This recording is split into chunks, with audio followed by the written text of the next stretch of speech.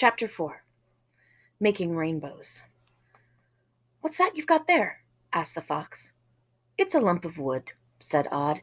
"My father began to carve it into something years ago, and he left it here, but he never came back to finish it." "What was it going to be?" "I don't know," admitted Odd. "My father used to say that the carving it was in the wood already.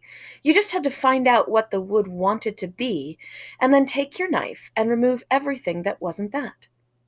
The fox seemed unimpressed. Odd was riding on the bear's back. The fox trotted along beside them. High above them, the eagle rode the winds. The sun shone in a cloudless blue sky, and it was colder than it had been when there was cloud cover. They were heading towards higher ground, along a rocky ridge, following a frozen river. The wind hurt Odd's face and ears. "This won't work," said the bear gloomily. "I mean, whatever it is, it won't." Odd said nothing. "You're smiling, aren't you?" said the bear. "I can tell." The thing was this. You got to Asgard, the place the gods came from, by crossing the Rainbow Bridge, which was called Bifrost. If you were a god, you simply wiggled your fingers and a rainbow appeared, and you walked across it. Easy. Or so the fox said. And the bear morosely agreed. Or at least it was easy until you didn't have fingers, which they didn't. Still, even if you didn't have fingers, Loki pointed out, you could normally still find a rainbow and use it. Rainbows turned up after it rained, didn't they? Well, they didn't in midwinter. Odd thought about it. He thought about the way rainbows appeared on rainy days when the sun came out. "I think," said the bear, "as a responsible adult, I should point a few things out." "Talk is free," said Odd, "but the wise man chooses when to spend his words." It was something his father used to say. "I just thought I should point out that we are wasting our time. We don't have any way of getting to the Rainbow Bridge, and if by some miracle we summon it, look at us. We're animals, and you can barely walk. We can't defeat frost giants. This whole thing is hopeless." "He's right," said the fox. "If it's hopeless," said Odd, "why are you coming with me?" The animals said nothing. The morning sun sparkled up at them from the snow, dazzling Odd, making him squint. "Nothing better to do," said the bear after a while. "Up here," said Odd. He clung tightly to the bear's fur as they clambered up the side of a steep hill. They could see the mountains beyond. "Stop," said Odd. The waterfall was one of his favorite places in the world. From spring until midwinter, it ran high and fast before it crashed down almost 100 feet into the valley beneath, where it had carved out a rocky basin.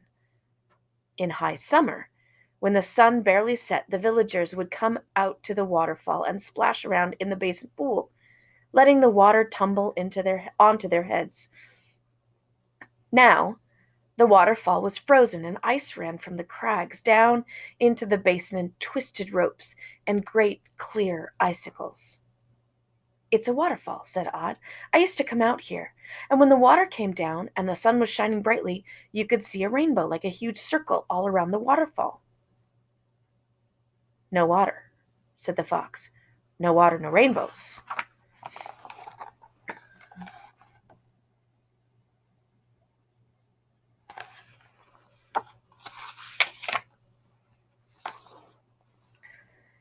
"There's water," said Odd, "but it's ice." He took the axe from his belt, pushed his crutch beneath his arm as he got down from the bear's back, and walked over to the ice until he stood before the frozen waterfall. He used the crutch to hold himself in position as best he could. Then he began to swing the axe. The noise of the blade hitting the thick icicle cracked off the hills around them, making echoes that sounded as if an entire army of men was hammering on the ice.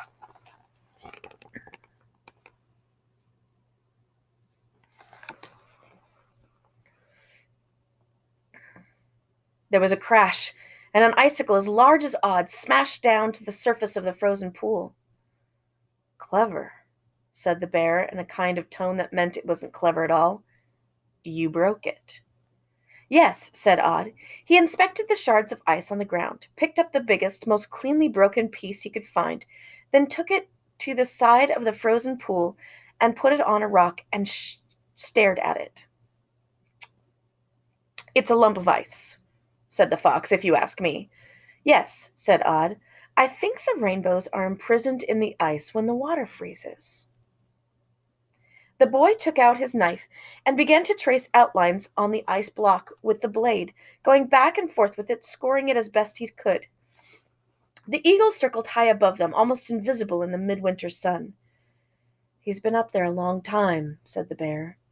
Do you think he's looking for something? The fox said, I worry about him.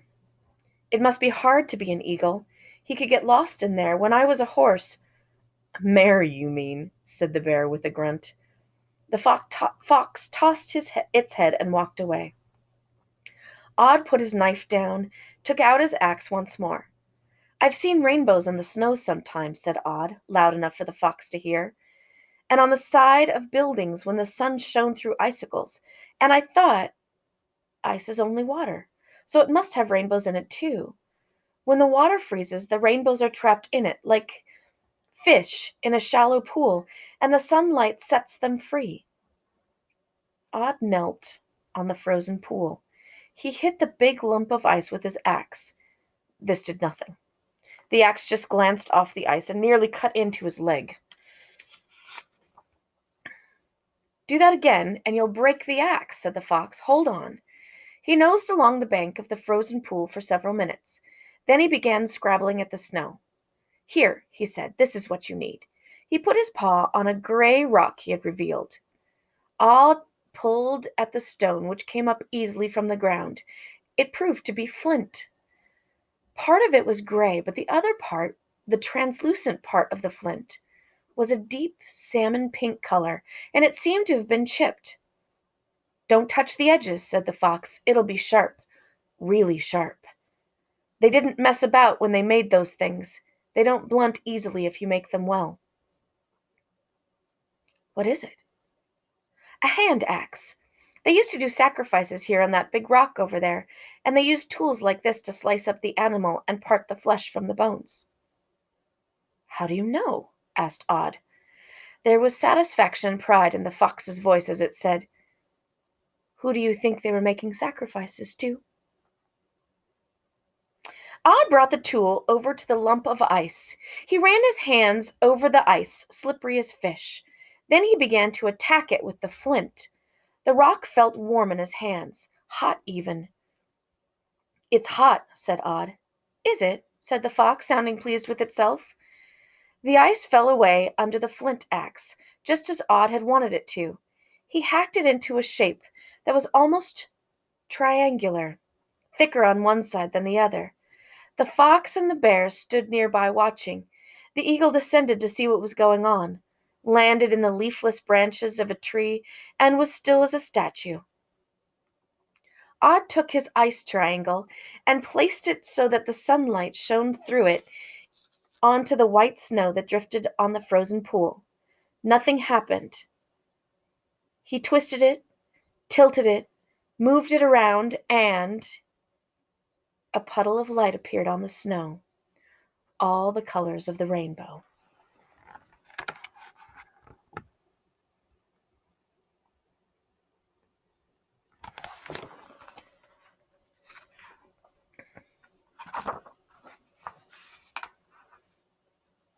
How's that?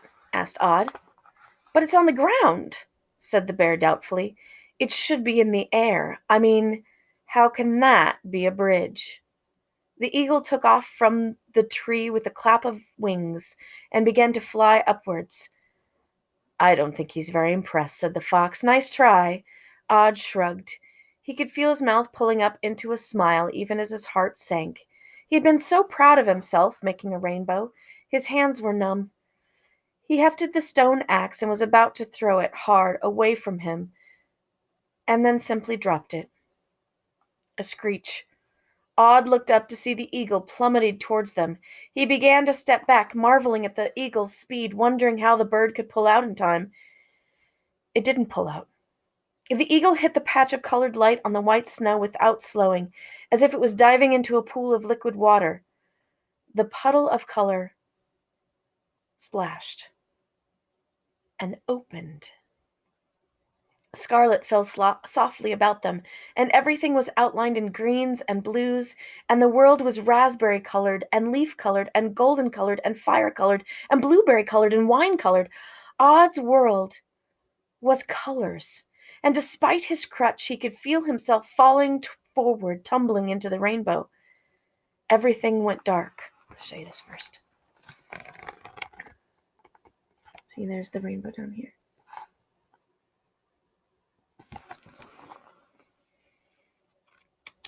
Everything went dark.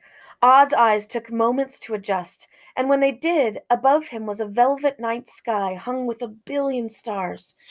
A rainbow arced across it, and Odd was walking on the rainbow. No, not walking. His feet did not move. It felt as if he was being carried up the arch, going upwards, forwards, uncertain of how fast he was traveling, only certain that he was somehow swept up in the colors, and that it was the colors of the rainbow that were carrying him along. He looked behind him, wondering if he could see the snowy world he had left, but he saw nothing but blackness, empty even of stars. Odd's stomach gave sort of a lurch. He could feel himself dropping, and he turned his head to see the rainbow fading. Through the prism of colors, he saw huge fir trees, foggy and purple and red and blue, and then the trees came into focus and found their own color, a cool bluish green. As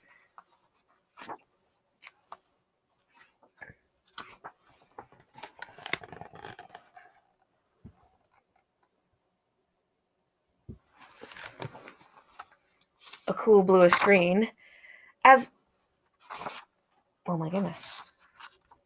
Sorry. Got lost. A cool bluish green, as Odd tumbled off the side of a fir tree and down into a drift of snow.